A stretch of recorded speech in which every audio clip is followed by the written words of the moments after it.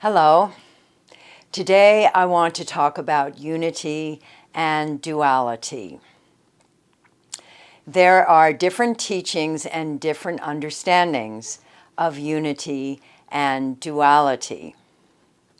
I want to talk first about the teachings of Advaita, where all is one, all is Brahman. This relative world we live in and all that we perceive with our many senses and the thoughts of our mind are all Maya, that which is not.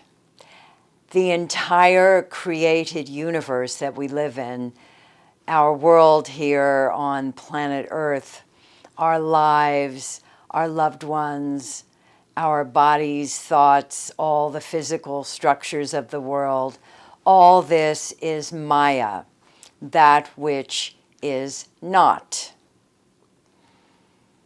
The one is Brahm.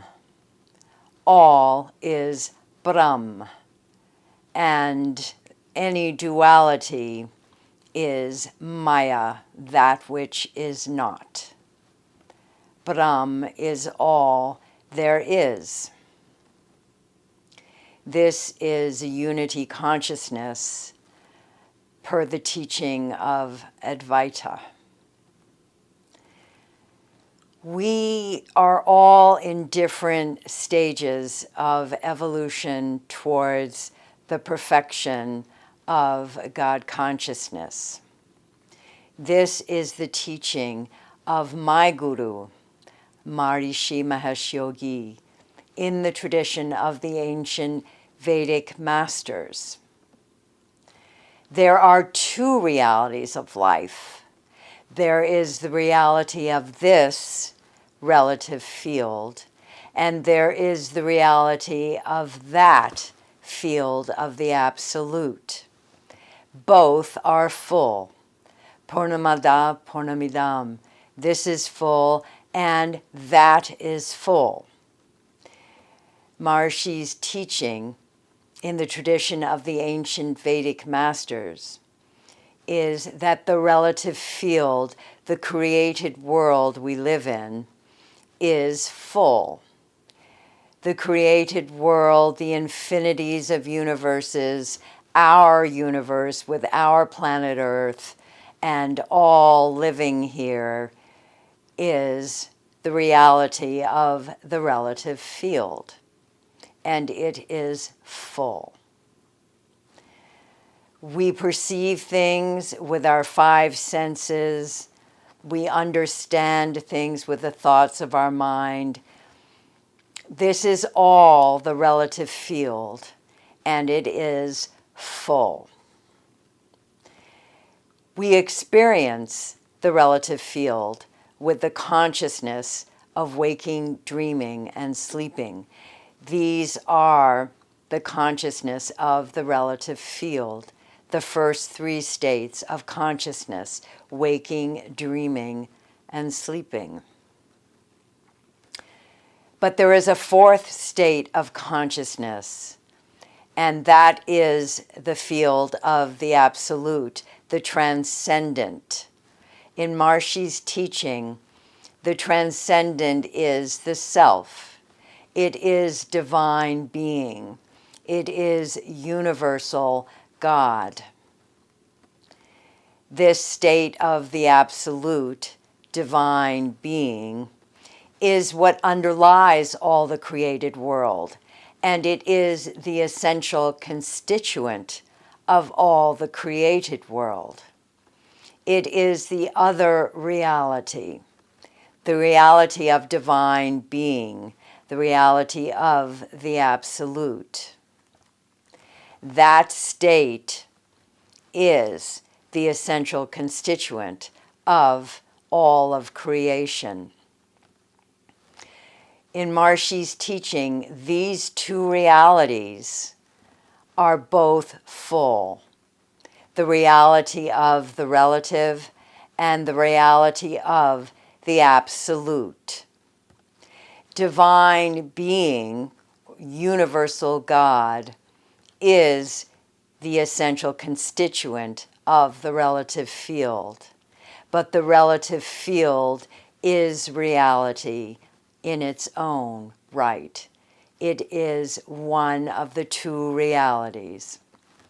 Therefore, the main difference between what Maharishi teaches in the tradition of the ancient Vedic masters and what Advaita teaches, Maharishi teaches that this relative field is real, where Advaita teaches it is Maya, that which is not.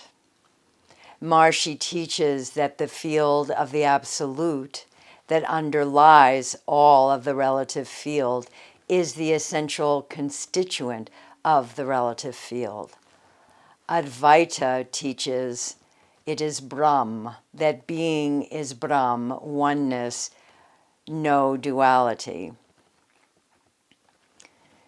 Maharishi teaches that when you have a meditation practice that transcends the relative field, then there is oneness, there is unity, there is the unity of divine being, of the transcendent that is yourself. The experience of this unity of the transcendent, of divine being, influences you when you return to your experience of the relative field.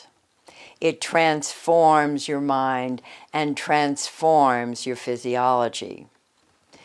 In time, with regular and repeated transcending in your meditation practice, your mind and physiology rise to that status of divine being, of universal God. Then you hold two states of consciousness at the same time.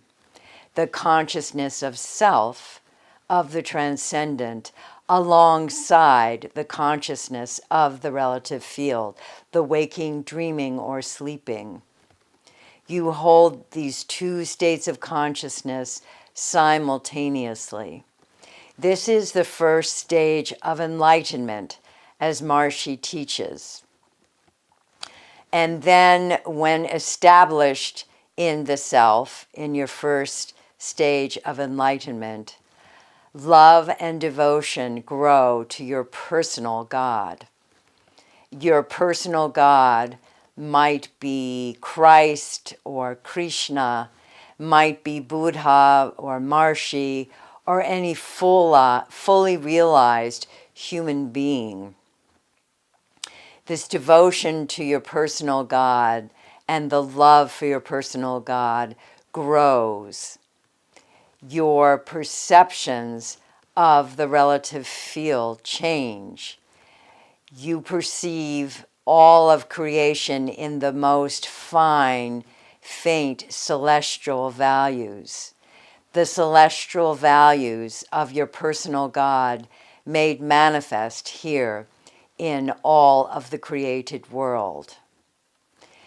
And then God consciousness, the holding of the consciousness of self alongside the most fine celestial relative values of the relative field, then develops to unity consciousness or Brahmi Chaitana.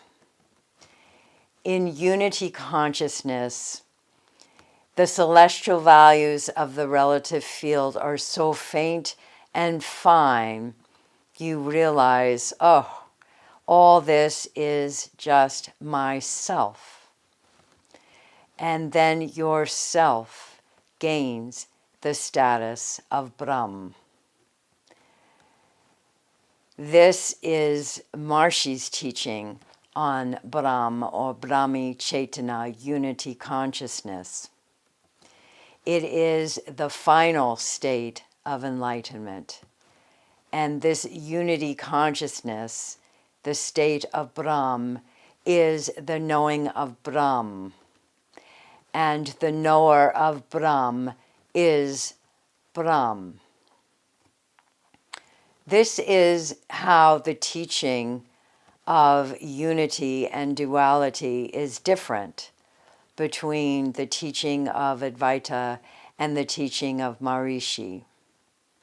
Maharishi teaches that Brahman has 1 foot in the relative and 1 foot in the absolute, and holds the fullness of both within.